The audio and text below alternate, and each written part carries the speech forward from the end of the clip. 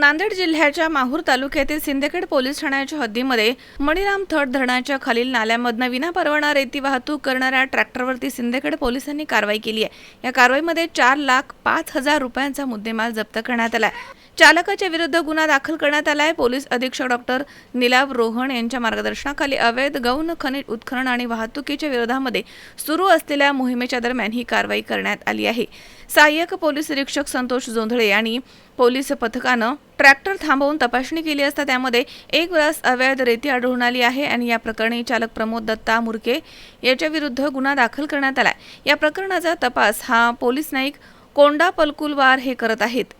तर ही कारवाई पोलीस अधीक्षक डॉक्टर निलाव रोहम, अपर पोलीस अधीक्षक अर्चना पाटील, उपविभागीय पोलीस अधिकारी किरण भोंडवे यांच्या मार्गदर्शनाखाली सहाय्यक पोलीस निरीक्षक संतोष जोंधळे तसेच पोलीस कर्मचारी रविकांत कांबळे, संजय शेंडे तसेच अंकुश इंगळे आणि स्वप्नील नरवडे यांनी यशस्वीरित्या पार पाडली आहे। मजहर शेख, C24 तास, नांदेड।